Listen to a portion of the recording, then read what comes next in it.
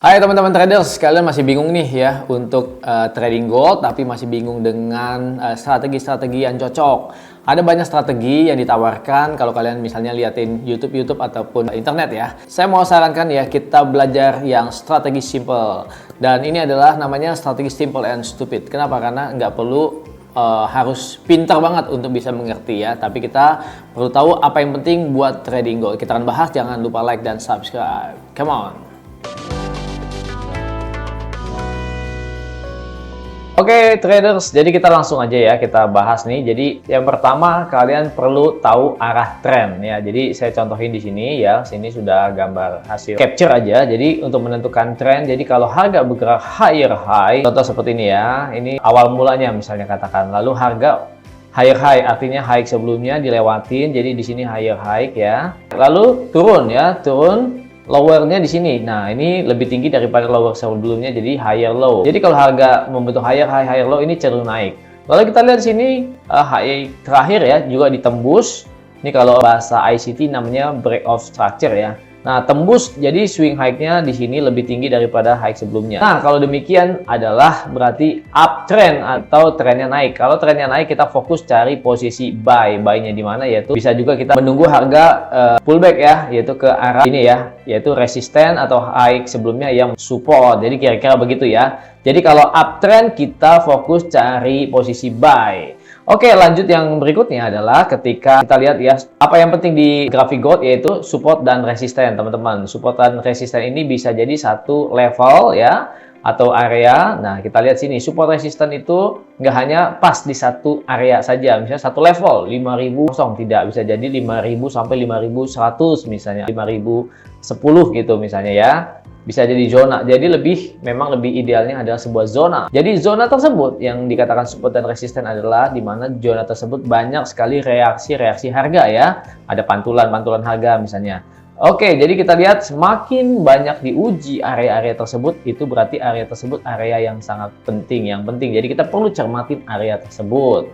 Kemudian selain itu adalah demand zone. Demand zone ini artinya zona permintaan, katakan gitu ya, adanya di bawah atau daerah support ya, itu demand zone.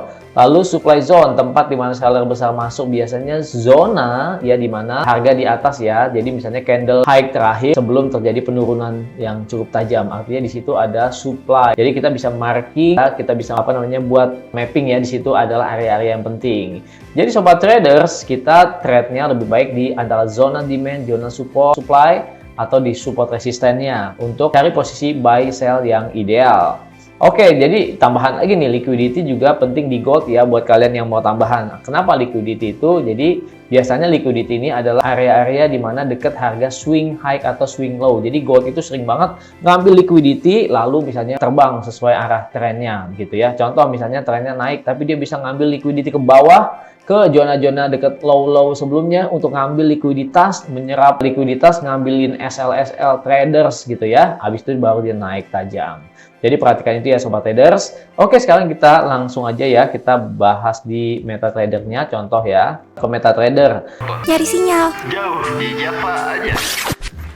Dapatkan sinyal trading gratis di Java Global Futures setiap hari. Di sini di time frame H1 ya. Di time frame H1 kita fokus di sini saja ya sobat trader, bagaimana market structure di H1. Kita lihat market structure di H1 ini adalah high terakhir, ya, katakanlah ini previous high. Lalu ini adalah lowernya di daerah sini ya. Kita lihat harga membentuk lower low ya, turun dia bawah sini. Lalu dia naik nih. Dia naik, ternyata swing high-nya cuma sampai sini, swingnya. Swing high-nya ini di bawah high sebelumnya. Berarti ini apa nih? Ini lower high ya, LH ya. Gampang kan? Jadi di bawah high sebelumnya.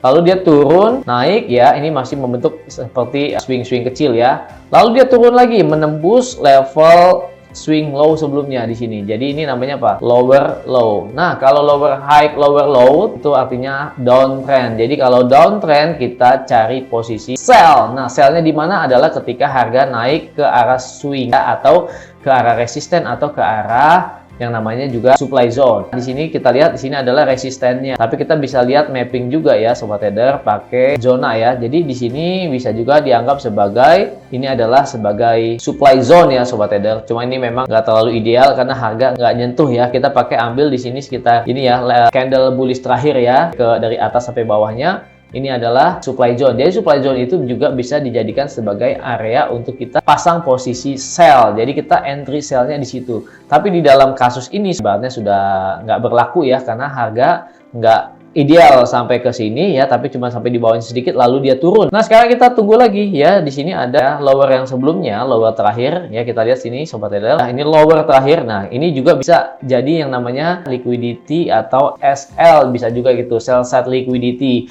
Jadi sobat trader, kalau di sini hati-hati jangan pasang buy di zona ini. Kenapa? Karena sering banget ya yang namanya gold itu ya, market gold itu jadi sering banget mengambil liquidity gitu ya. Abis itu ntar dia naik lagi. Jadi kita sekarang buy limit ya. Buy limit karena harga lagi tengah-tengah. Jadi kita buy limit dulu ya di sekitar sini. Di bawahnya ya. Di bawahnya. Ini low-nya 4668 ya. Berarti saya pasang antara di 4668-nya atau sekitar segitu ya. Saya pasang di limit order ya. Limit order berarti buy limit. Pasang price-nya 4670 saya pasang ya. Stop loss-nya 100 pip. 4660 atau 200 pip ya, 4650. Oke, take profitnya kita bikin 400 pip ya, berarti 47100. Kenapa demikian? Ya karena SL-nya 200 pip, TP-nya 400 pip supaya 1:2 gitu. Oke, kita tempatkan. Nah, jadi begini. Ini di time frame H1 ya, teman-teman. Jadi kita membuat order. Kenapa membuat order? Karena memang harga lagi ada di tengah zona ya, sobat trader. Bukan berarti kita langsung buy dan sell aja. Ini sebagai edukasi. Ingat ya, ini sebagai edukasi. Jadi di mana kita buy dan sell-nya, sobat trader, seperti yang tadi di awal saya bilang. Nah, jadi kalau misalnya trennya menurun ya, ini adalah downtrend, maka kita cari posisi sell-nya yaitu di area swing high gitu ya. Tapi kalau kita mau cari posisi buy juga bisa jadi di zona swing low. Jadi kita cari pantulan harganya. Nah, di sini adalah lower sebelumnya. Jadi kita bisa jadikan juga ini sebagai support area atau demand area. Jadi saya pasang buy limit ya, pas ya di bawahnya, dan SL-nya 200 pip ya, TP-nya 400 pip supaya 1:2.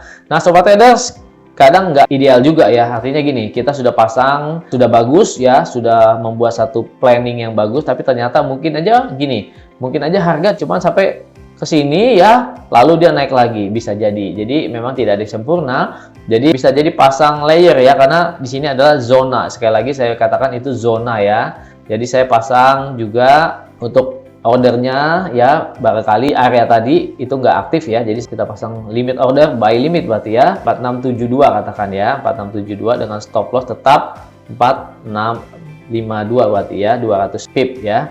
Dan take profitnya 4712 ya, atau 400 pip. Nah, jadi ini zonanya ya, zona. Jadi apabila dia masuk ke sini, nah teman-teman misalnya contoh ya, kalau misalnya kalian nggak mesti satu titik ya, misalnya, tapi kalian bisa pakai zona beberapa layer, tapi nggak terlalu dekat lah ya. Apabila harga semuanya lalu turun malah ya, kena SL dua-duanya. Jadi kita bijak juga ya. Tapi ini sebagai pembelajaran ya, ini sebagai edukasi. Jadi kita cari entry buy di area swing low sebelumnya dengan SL di bawah swing low tersebut dengan risk reward 1:2. Kenapa kok bisa buy? Ya bisa juga kan, two ways opportunity gitu ya. Kita bisa cari posisi buy ketika harga di zona bawah gini ya, atau nanti kita tunggu lagi ketika harga membentuk swing high lagi tapi di bawah swing high sebelumnya. Jadi kita bisa cari posisi sell lagi. Jadi dua opsi trading gold yang penting kita tahu ya. Yang pertama, arah trennya kita tahu ya, swing high swing low.